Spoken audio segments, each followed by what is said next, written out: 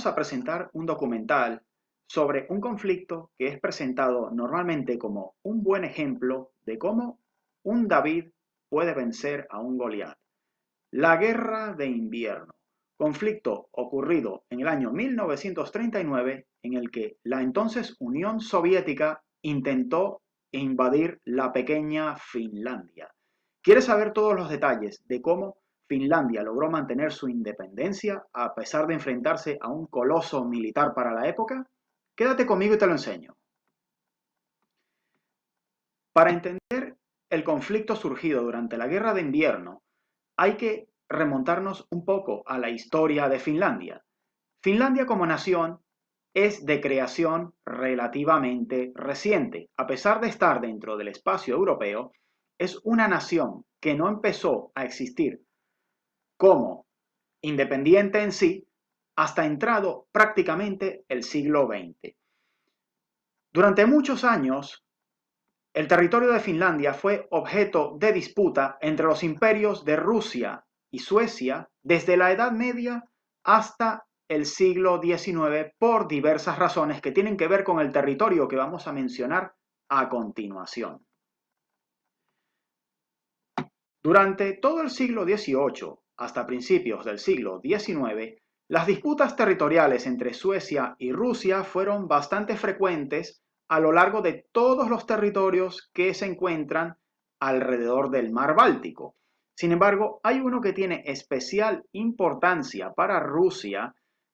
y que es el objeto principal de la disputa dentro del conflicto de lo que fue la Guerra de Invierno. Concretamente, este territorio que estoy marcando con el cursor ahora mismo, que pueden ver aquí, llamado el Istmo de Karelia. Se trata de un pequeño paso estrecho que comunica Escandinavia con el continente ruso y que se encuentra especialmente cerca de una de las principales capitales de Rusia y que fue sede principal administrativa de lo que fue el Imperio Ruso, la ciudad de San Petersburgo. El Istmo de Karelia cambió de manos a lo largo de todo este tiempo. En ocasiones formó parte del Imperio Ruso y a veces formó parte de Suecia. Sin embargo, durante la época sueca se hizo intentos de reforzar el control del territorio, principalmente a través de la ciudad fortificada costera de Viborg, que fue especialmente potenciada por los suecos hasta su pérdida definitiva en el siglo XIX, conocida en finlandés con el nombre de Viipuri. Es normal y frecuente encontrar en muchos mapas, principalmente nórdicos, nombres fineses y nombres suecos de las poblaciones y regiones, ya que hubo una relación muy estrecha de ambos países durante muchos tiempos, en los que Finlandia formó parte del Imperio Sueco y en los que todavía hay una parte importante de la población que tiene como lengua materna el idioma sueco. Todos estos cambios de manos territoriales a lo largo del siglo XVIII hasta entrado el siglo XIX tienen mucha relación después con el conflicto de la Guerra de Invierno que estalló posteriormente, en los que las fronteras entre ambos imperios fueron cambiando a lo largo del tiempo, al igual que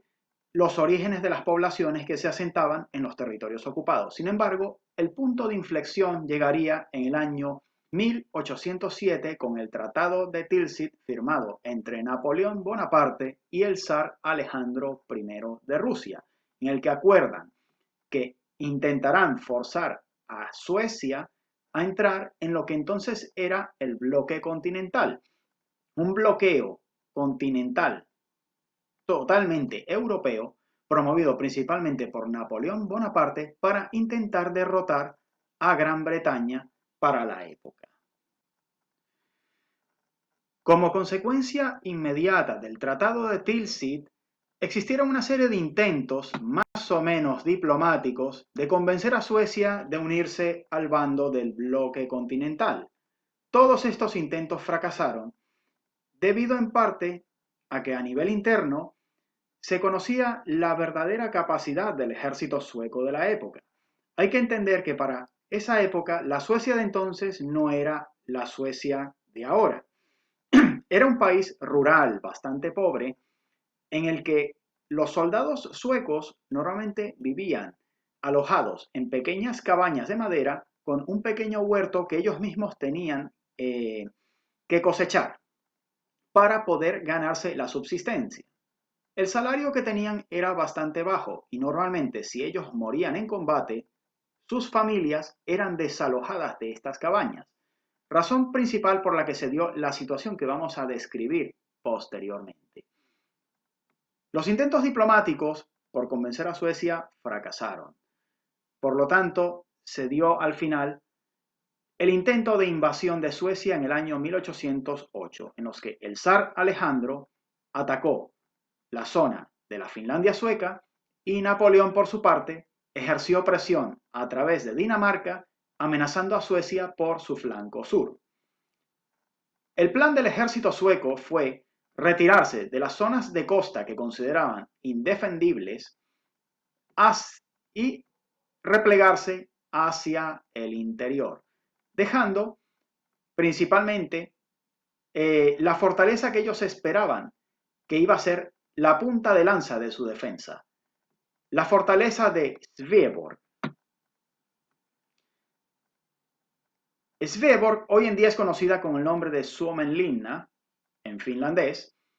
y era la fortaleza que defendía la actual capital de Finlandia, Helsinki para la época. Era una fortaleza especialmente construida para resistir grandes asedios y a pesar de que los soldados suecos tenían equipamiento más que suficiente para resistir un asedio de meses, la fortaleza se rindió debido a las razones explicadas anteriormente. Los soldados suecos de la época no estaban especialmente motivados para pelear y combatir en una guerra en la que podían morir y dejar a sus familias desamparadas por la razón antes descrita. Y eso terminaría siendo fatal para Suecia, hasta el punto de llegar a amenazar su propia existencia como país en una guerra contra Rusia, en la que sin embargo al final combatirían y acabarían deteniendo a las tropas rusas. El complejo defensivo de Sveaborg estaba en un conjunto de islas fortificadas que habían sido desarrolladas por Suecia debido a la lejanía de su principal base naval, que en la actualidad sigue siendo la misma, la base naval de Karlskrona. Había sido pensado para impedir el paso no autorizado por Suecia a través del mar Báltico y darle un mayor control naval sobre la zona. Sin embargo, esta gran fortaleza defensiva no llegó a cumplir su misión. Se rindió ante las tropas rusas prácticamente sin combatir, a pesar de estar completamente equipada. Y esto desencadenaría lo que vamos a relatar a continuación. Suecia acaba militarmente derrotada. A pesar de haber logrado detener la invasión rusa de todo su territorio, y enfrentar lo que era realmente una amenaza existencial, no consigue retener Finlandia. Se ve obligada a firmar el Tratado de Fredrikshamn, conocido como el Tratado de Hamina en finlandés. Es normal, en todo lo que se refiere a Finlandia, encontrar estos cambios de nombre entre distintos idiomas, entre el ruso, el sueco y el finlandés, porque hubo una relación muy estrecha y una convivencia de estas distintas culturas a lo largo del tiempo, en los que Finlandia permaneció o bien del lado sueco o bien del lado ruso, o incluso hoy en día, en la época en la que es un país independiente, este tipo de relaciones siguen existiendo. Debido a este tratado, Suecia pierde definitivamente su dominio sobre Finlandia, en la que el ejército sueco es obligado a retirarse del lugar para siempre, cediendo Finlandia al Imperio ruso. La retirada de Suecia fue tomada por muchos finlandeses para la época como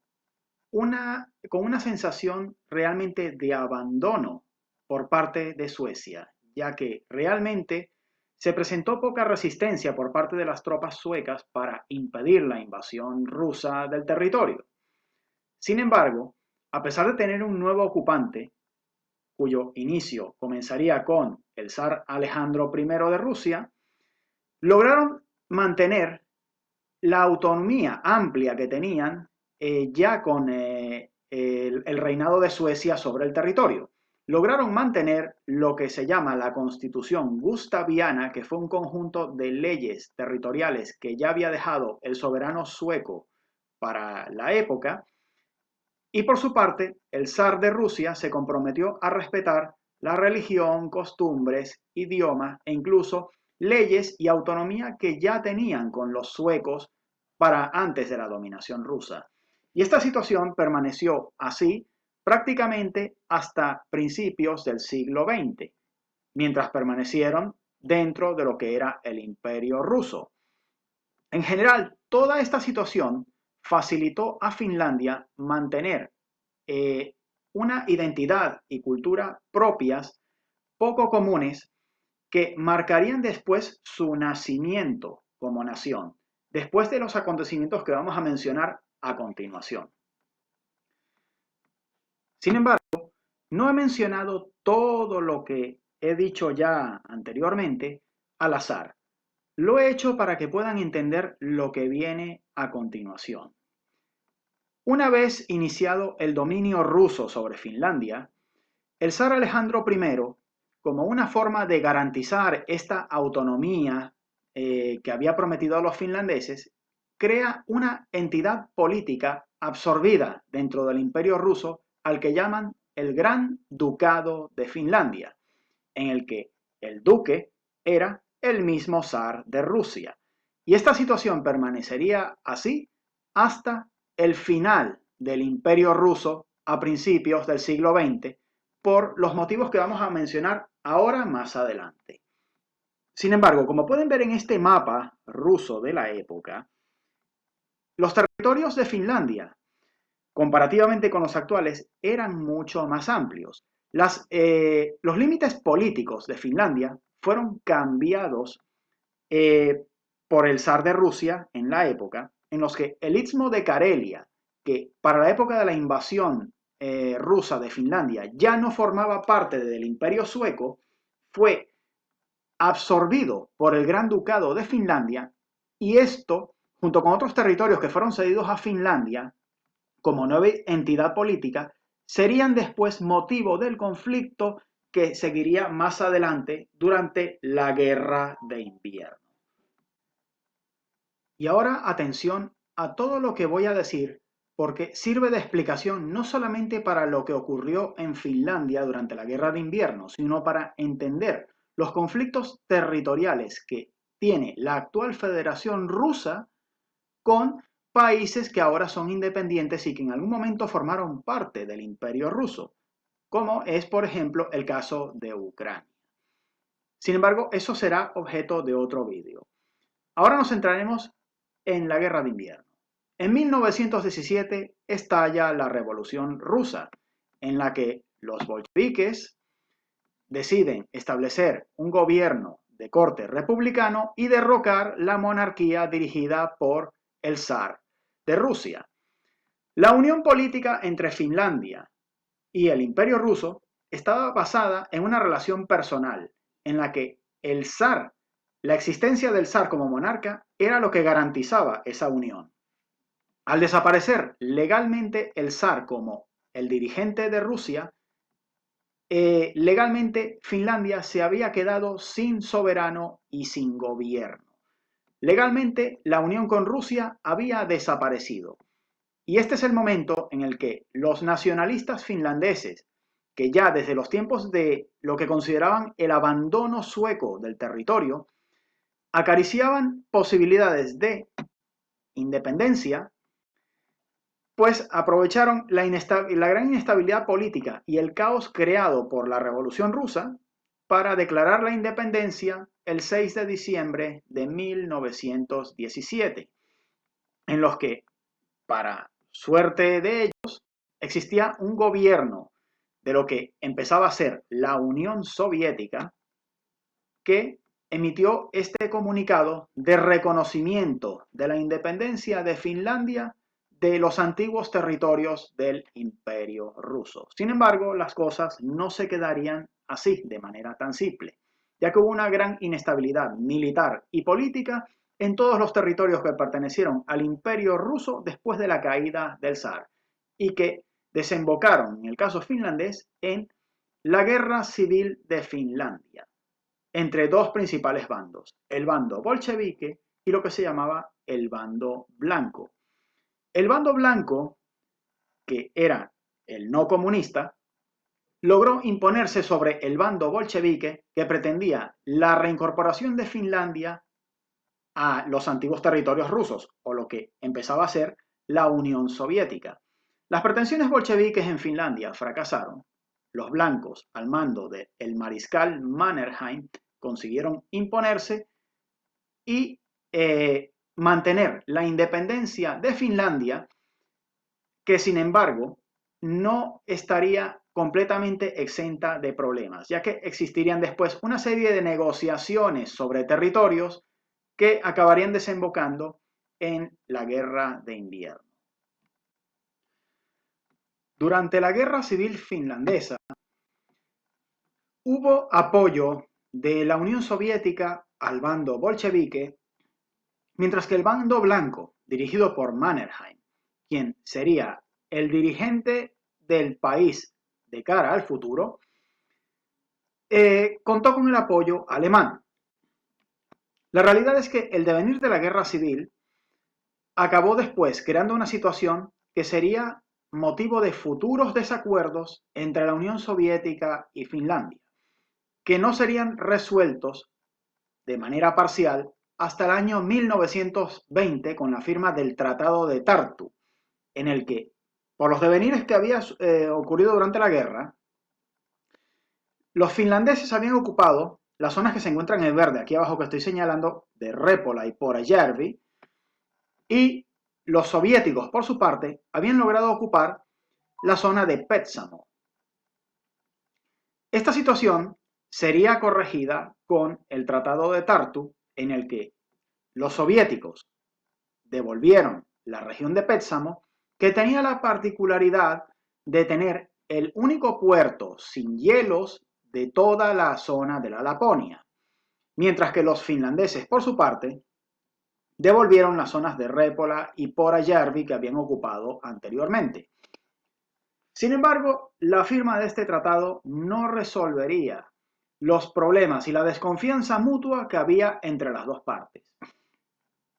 Empezaron a surgir movimientos pro-finlandeses en la zona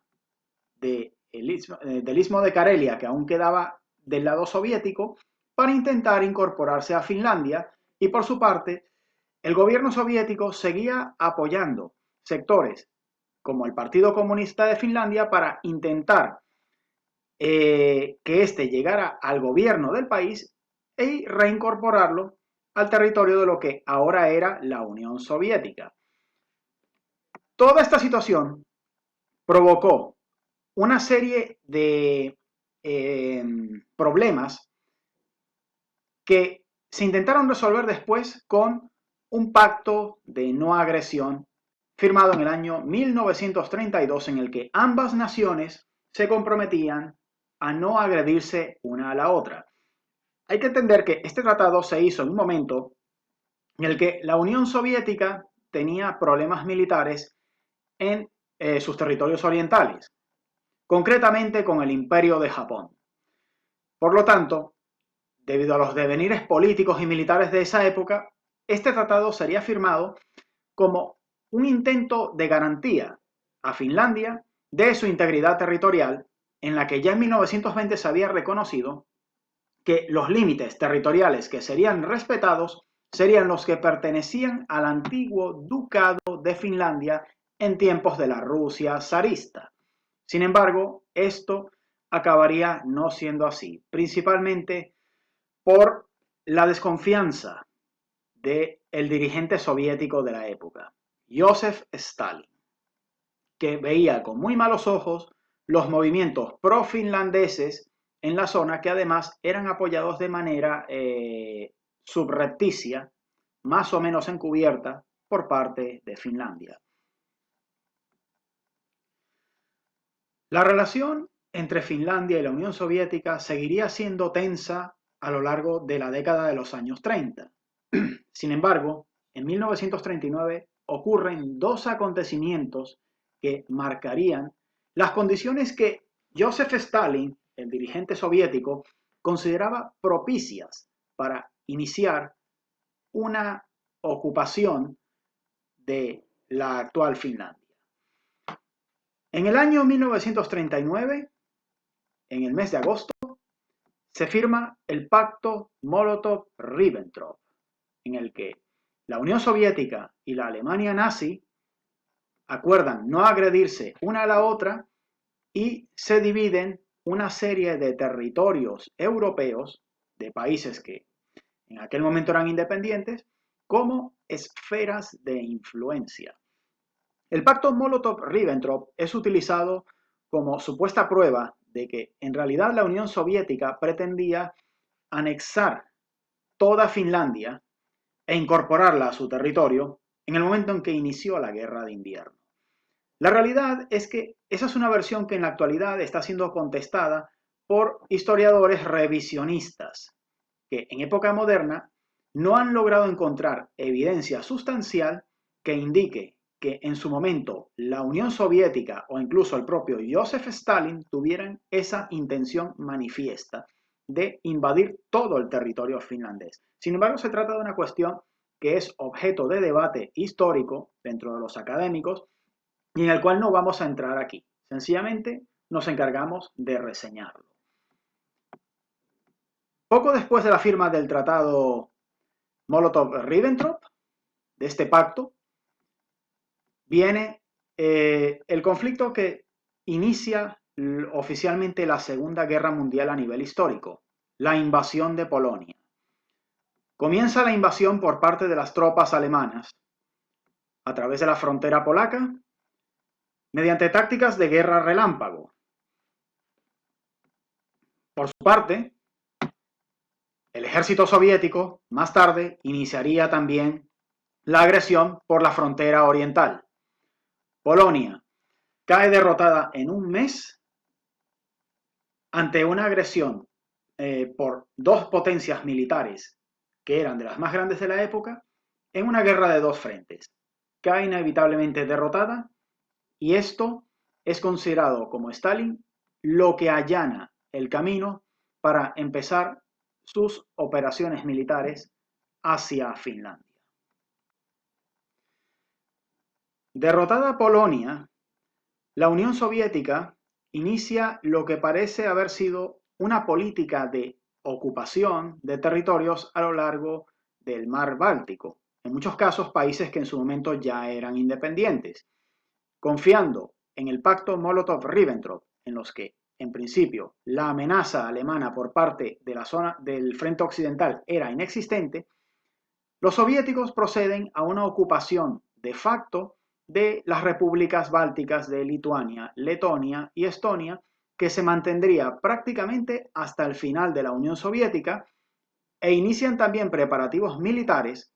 para iniciar operaciones contra Finlandia a más tardar en el mes de noviembre. Se empiezan a acumular tropas en la frontera. Sin embargo, antes de iniciar esta operación,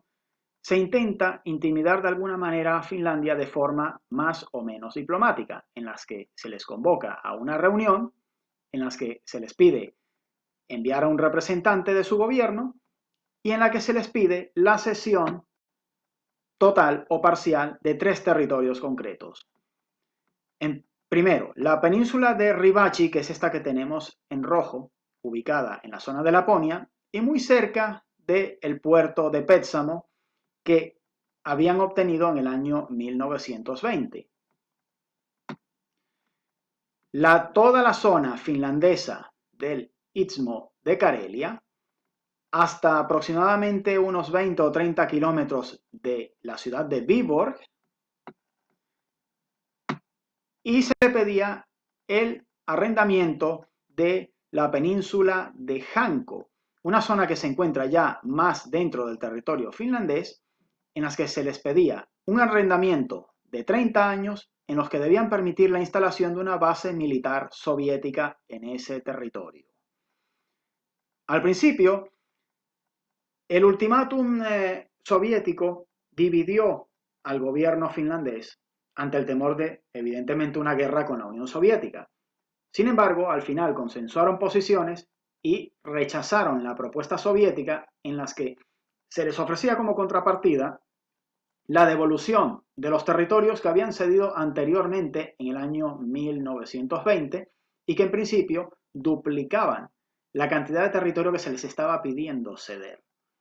Finlandia decide no ceder, no aceptar la propuesta soviética, lo cual desencadenaría las acciones que vamos a describir a continuación.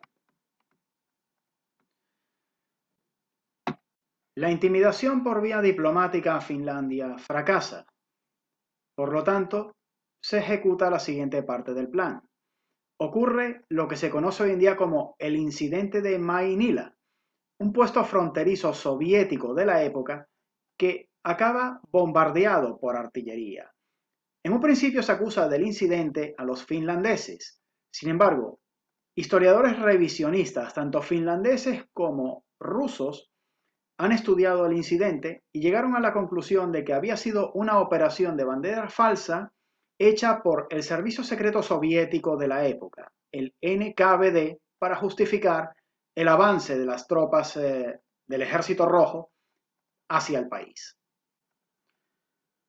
Llega el 30 de noviembre. Los soviéticos, confiados en su superioridad de medios, inician el avance militar por el territorio de Finlandia con 450.000 efectivos desplegados en 4 ejércitos, de norte a sur, pasando desde la provincia de Laponia hasta casi el istmo de Karelia, en el que, iniciando movimientos de pinzas, comienzan a ocupar el territorio finlandés apoyados por unidades blindadas, que confiaban no serían especialmente contraatacadas por un ejército finlandés que no estaba acostumbrado a ellas y que en principio no tenía equipamientos contra carro, algo muy característico de muchos ejércitos de esa época que no eran precisamente los mejor dotados y modernos.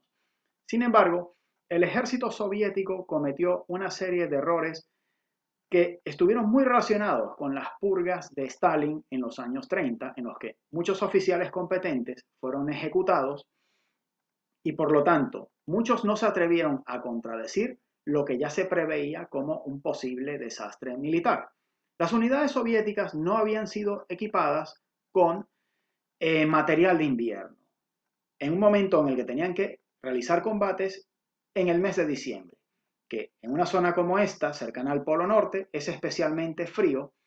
y además en zonas de bosque muy denso, con muy pocos senderos transitables, que dificultaría, sin duda alguna, el avance y despliegue de tropas que favorecía a los soviéticos con su superioridad de medios.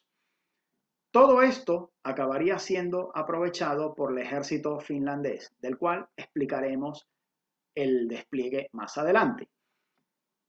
El despliegue soviético consistió en el 14º ejército, ubicado al norte del todo, el 9º, el 8º y por último el 7º, partiendo prácticamente de Leningrado, todos realizando movimientos de pinzas para intentar una ocupación rápida del territorio. Sin embargo, esto acabaría siendo frustrado no solamente por la climatología, sino por el hecho de la falta de equipamiento de invierno y que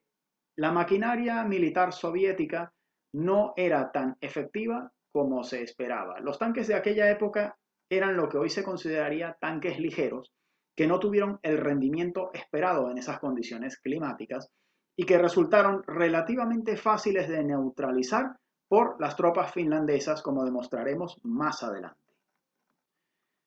Sin embargo, la naturaleza del terreno y los climas finlandeses jugarían un papel determinante a favor de los defensores desde el principio, que supieron aprovechar muy bien el terreno que conocían prácticamente como la palma de su mano. Los bosques finlandeses, como pueden ver en esta fotografía, están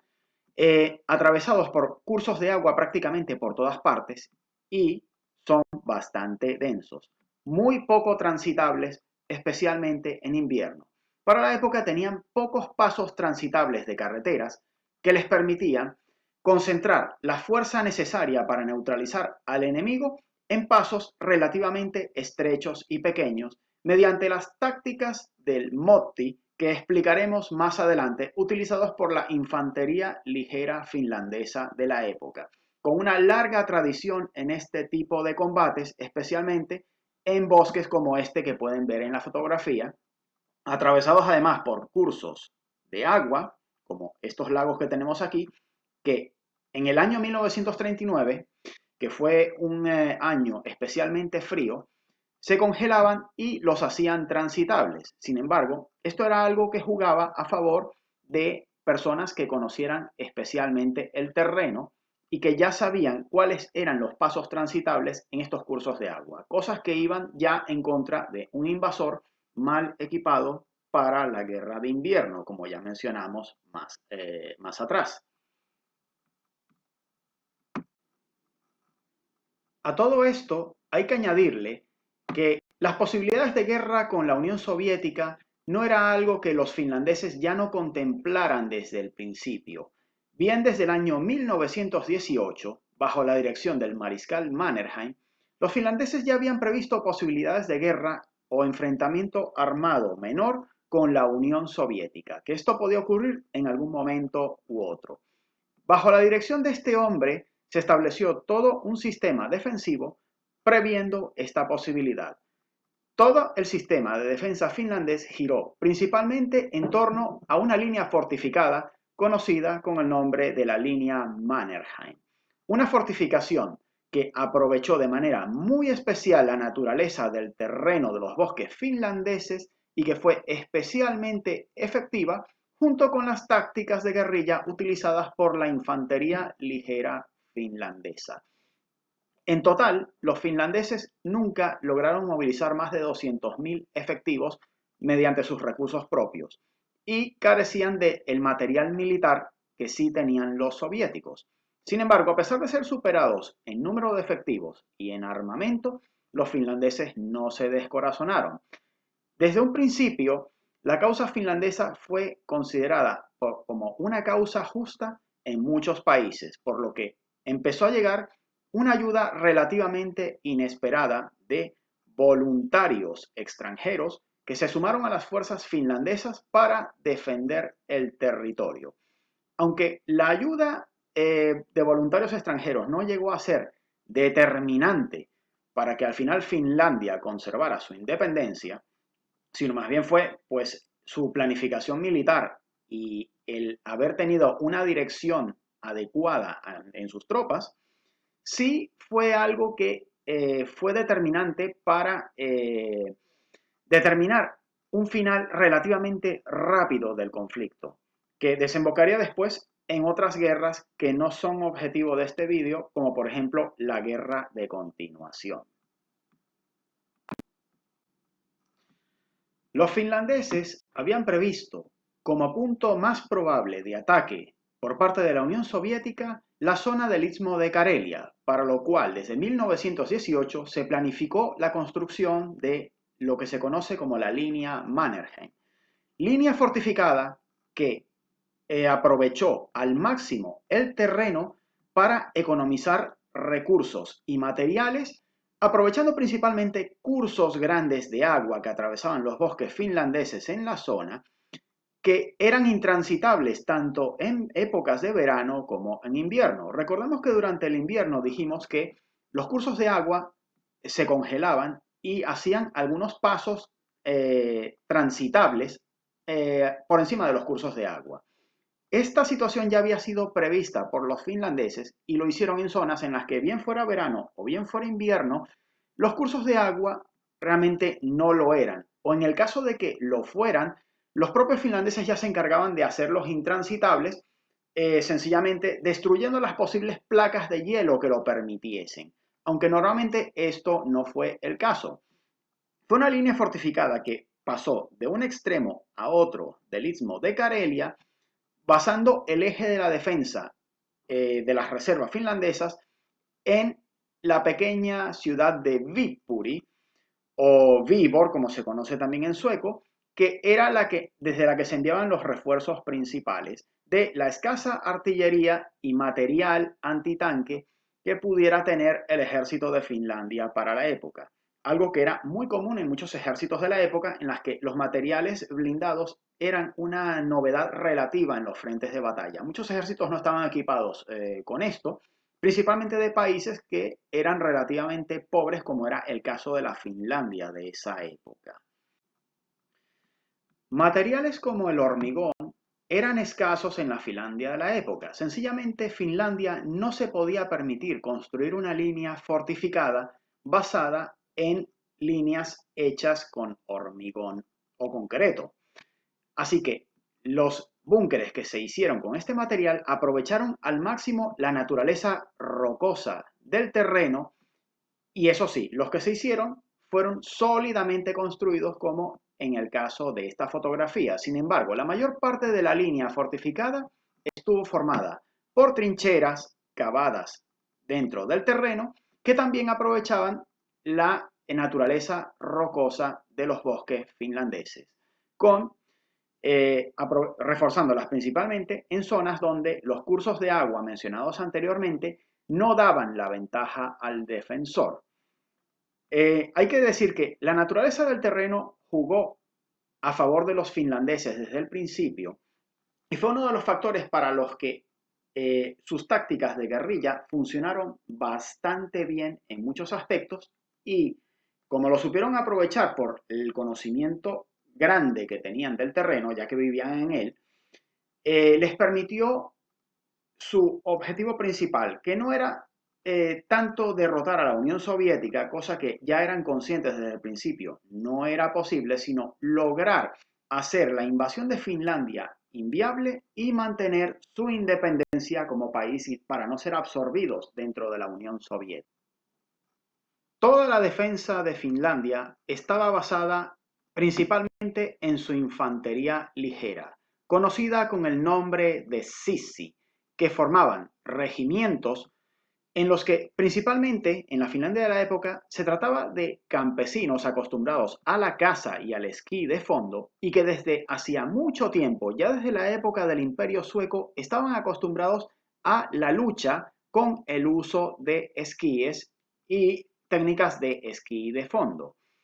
Todo esto combinado con el armamento y sus tácticas de embolsamiento de tropas fue decisivo para detener la invasión soviética y mantener la independencia del país.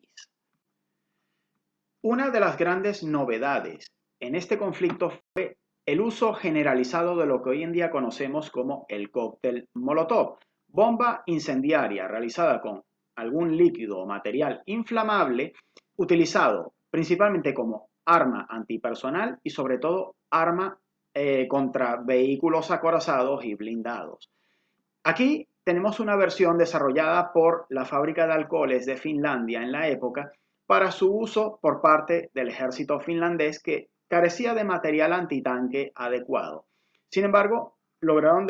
utilizarlo con gran efectividad. Hay que decir que el cóctel Molotov se atribuye su uso por primera vez durante la Guerra Civil Española, en la que se utilizaba principalmente también como arma antipersonal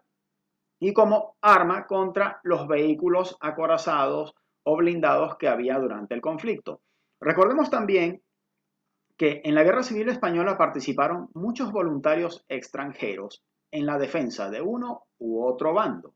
Es muy posible que haya algún voluntario finlandés que ya trajese la idea desde España y la aplicase en el conflicto de la Guerra de Invierno en Finlandia. También debo decir que la versión que atribuye su primer uso al conflicto de la Guerra Civil Española es algo que no está confirmado. Sin embargo, menciono la versión porque es la que existe como posible origen del cóctel Molotov, que es probable que no haya sido una invención finlandesa, pero sí fue durante este conflicto cuando se utilizó de manera generalizada para paliar la deficiencia de material antitanque que tenía el ejército finlandés de la época, y que fue usado con gran efectividad, como veremos más adelante.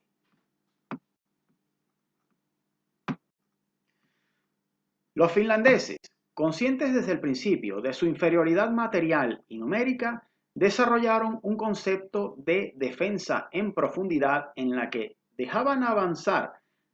al enemigo hacia puntos en concreto en los que realizaban emboscadas con tácticas que hoy son conocidas como la táctica de los motti.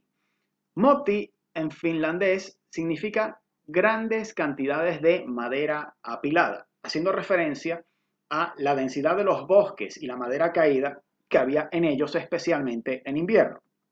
Lo que hacían era esperar las columnas soviéticas a lo largo del recorrido que iban haciendo, como voy señalando en el cursor, y golpearlas en los puntos que ellos encontraban más débiles, abriendo brechas en las que iban aislando las columnas enemigas sobre el terreno,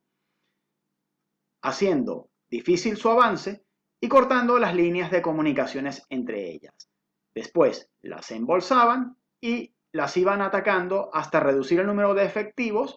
y irlas eliminando por completo. La táctica de los motti fue especialmente utilizada por los finlandeses para hacer inclusive incursiones en profundidad con su infantería ligera, los sisi,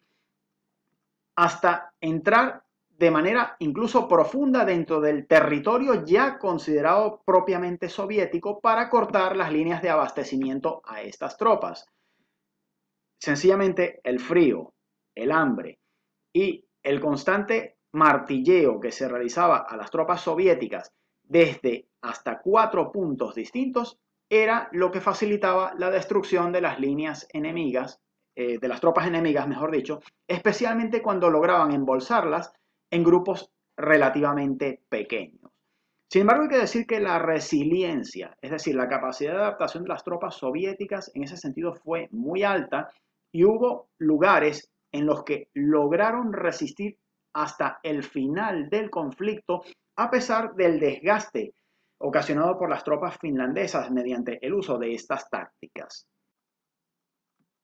Dentro del estudio de las tácticas de los motti, destaca especialmente el cómo los finlandeses neutralizaron los vehículos blindados y acorazados utilizados por los soviéticos en la época. En ese sentido tenemos que hablar del tanque utilizado por las tropas soviéticas, que era el T-26 principalmente. Era un tanque que hoy es considerado un tanque ligero, tenía muy poco blindaje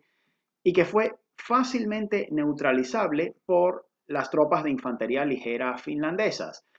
A pesar de que estas tropas no tenían entrenamiento ni manejo de armas antitanque, no tenían conocimientos en el combate contra este tipo de vehículos, no tardaron en percatarse de las debilidades que tenía el vehículo blindado y aprovecharlas para neutralizar y capturar este equipo que después utilizaban contra los propios soviéticos. La táctica principal consistía en intentar inmovilizar el vehículo blindado colocando grandes maderos dentro del mecanismo dentado para que atascasen las orugas y así lograr inmovilizarlo. Una vez inmovilizado el vehículo, especialmente cuando no tenía apoyo de infantería para protegerlo, lo que hacían era o bien intentar capturarlo neutralizando a la tripulación del tanque, o si no lo lograban ya proceder a destruirlo de dos maneras. O bien colocándose por encima y abriendo la compuerta para, bueno, utilizar granadas o el mismo cóctel Molotov para matar a su tripulación, o bien mediante esta parte de atrás que era el principal punto vulnerable del tanque. Este respiradero, que era una especie, digamos, de conducto de ventilación por el que sencillamente los finlandeses utilizaban los cócteles Molotov que entraban dentro del vehículo y este estallaba y ardía en llamas. Estas tácticas fueron especialmente efectivas y provocaron el efecto que podrán ver a continuación. Efectos devastadores sobre columnas soviéticas enteras en las que el personal, sobre todo al principio del conflicto, que no estaban equipados con material de invierno, pues pueden ver los resultados. Aquí podemos ver una fotografía de la batalla de Suomussalmi, una batalla estudiada como una emboscada clásica de columnas enemigas, aún hoy en día en escuelas militares, y que, bueno, sigue siendo de utilidad actualmente. Un ejemplo, por ejemplo, un gran ejemplo de esto, de este tipo de tácticas, es, por ejemplo, lo que se está realizando en la guerra de Ucrania para el momento en el que se hace este vídeo. Aunque no es el único conflicto en el que se hace. Es la típica emboscada clásica. Como pueden ver, los resultados, ¿no? Un aspecto importante del conflicto de la guerra de invierno fue el alto apoyo internacional que tuvo Finlandia desde el principio a su causa. Países de la esfera fascista como Italia o Hungría dieron apoyo con armas y equipamiento a Finlandia para su defensa o facilitaron el paso de voluntarios hacia el territorio finlandés para participar en la defensa. Sin embargo, especialmente llamativo dentro de lo que fue el voluntariado y ayuda con armas y equipamiento que dieron muchos países, destaca la participación de Suecia en el conflicto. Aunque oficialmente se declaró neutral, existe un debate sobre si realmente la participación sueca se puede considerar implicación directa en la guerra de invierno, ya que el voluntariado sueco, entre comillas, llegó hasta casi los 9.000 efectivos, en los que algunos de ellos eran miembros formales de las Fuerzas Armadas suecas, en las que incluso tuvieron un comandante sueco que era formalmente miembro de las Fuerzas Armadas de este país, por lo que existe actualmente este debate de si realmente Suecia participó de manera formal durante la guerra. Se envió gran cantidad de equipamiento e inclusive escuadrones de aviones que participaron con aviadores suecos, formalmente miembros de las fuerzas aéreas de este país, dentro de las maniobras aéreas que se realizaron por parte de Finlandia durante la guerra de invierno. También hay que destacar los planes franco-británicos ya dentro del conflicto de la Segunda Guerra Mundial, que después de la invasión de Polonia realizaron planes para una intervención directa con tropas en territorio de Escandinavia, principalmente buscando neutralizar los suministros de hierro sueco que salían desde las minas de Kiruna hasta el puerto de Narvik en Noruega, con la excusa de intervenir en la guerra de invierno de Finlandia. El plan consistía en enviar tropas desde el puerto de Narvik en Noruega, entrar ya dentro del territorio sueco y tomar el control directamente de las minas de hierro que estaban abasteciendo la industria de guerra alemana en la época, y ya una vez allí pasar al territorio de Finlandia cerca de la Laponia. Se trata de un plan que no se llegó a concretar, ya que la guerra de invierno terminó de manera prácticamente rápida y abrupta, y el plan de los aliados sencillamente no se concretó. Esto ocurriría después de manera parcial con la ocupación aliada de Narvik, pero esto ya dentro del conflicto de la Segunda Guerra Mundial, cuando Alemania invadió Noruega. Pero esto ya forma parte de otra historia. Sin embargo, ya acercándose al final del conflicto, los mandos soviéticos reaccionaron. Stalin se hizo a un lado y puso mandos militares competentes a las riendas del ejército soviético, que logró encontrar el punto vulnerable de la defensa finlandesa en la zona de Laponia y fue logrando penetrar hacia el interior de Finlandia con un alto grado de desgaste de sus tropas y bajas bastante numerosas, que fue lo que acabó determinando el final del conflicto. Finalmente, Finlandia propondría la paz a la Unión Soviética, Stalin aceptaría la propuesta, pero haciendo pagar al país un precio por el enfrentamiento, en el que Finlandia se vio obligada a ceder una serie de territorios que la Unión Soviética quería por razones de seguridad, que fueron la península de Ribachi, la zona de Sala y la península de Karelia principalmente. Sin embargo, a pesar de estas pérdidas territoriales, Finlandia logró conseguir el objetivo que se proponía, que era lograr mantener su independencia en el delicado equilibrio y escenario de guerra que existía en la Europa de la época, y efectivamente logró mantener su independencia como país a un pequeño precio, tomando en cuenta que era un David que se enfrentaba a un Goliat militar. Y esto es todo sobre la guerra de invierno. Y si te ha gustado este video, por favor, dame un like, suscríbete al canal, apóyalo y compártelo en redes sociales. Muchas gracias.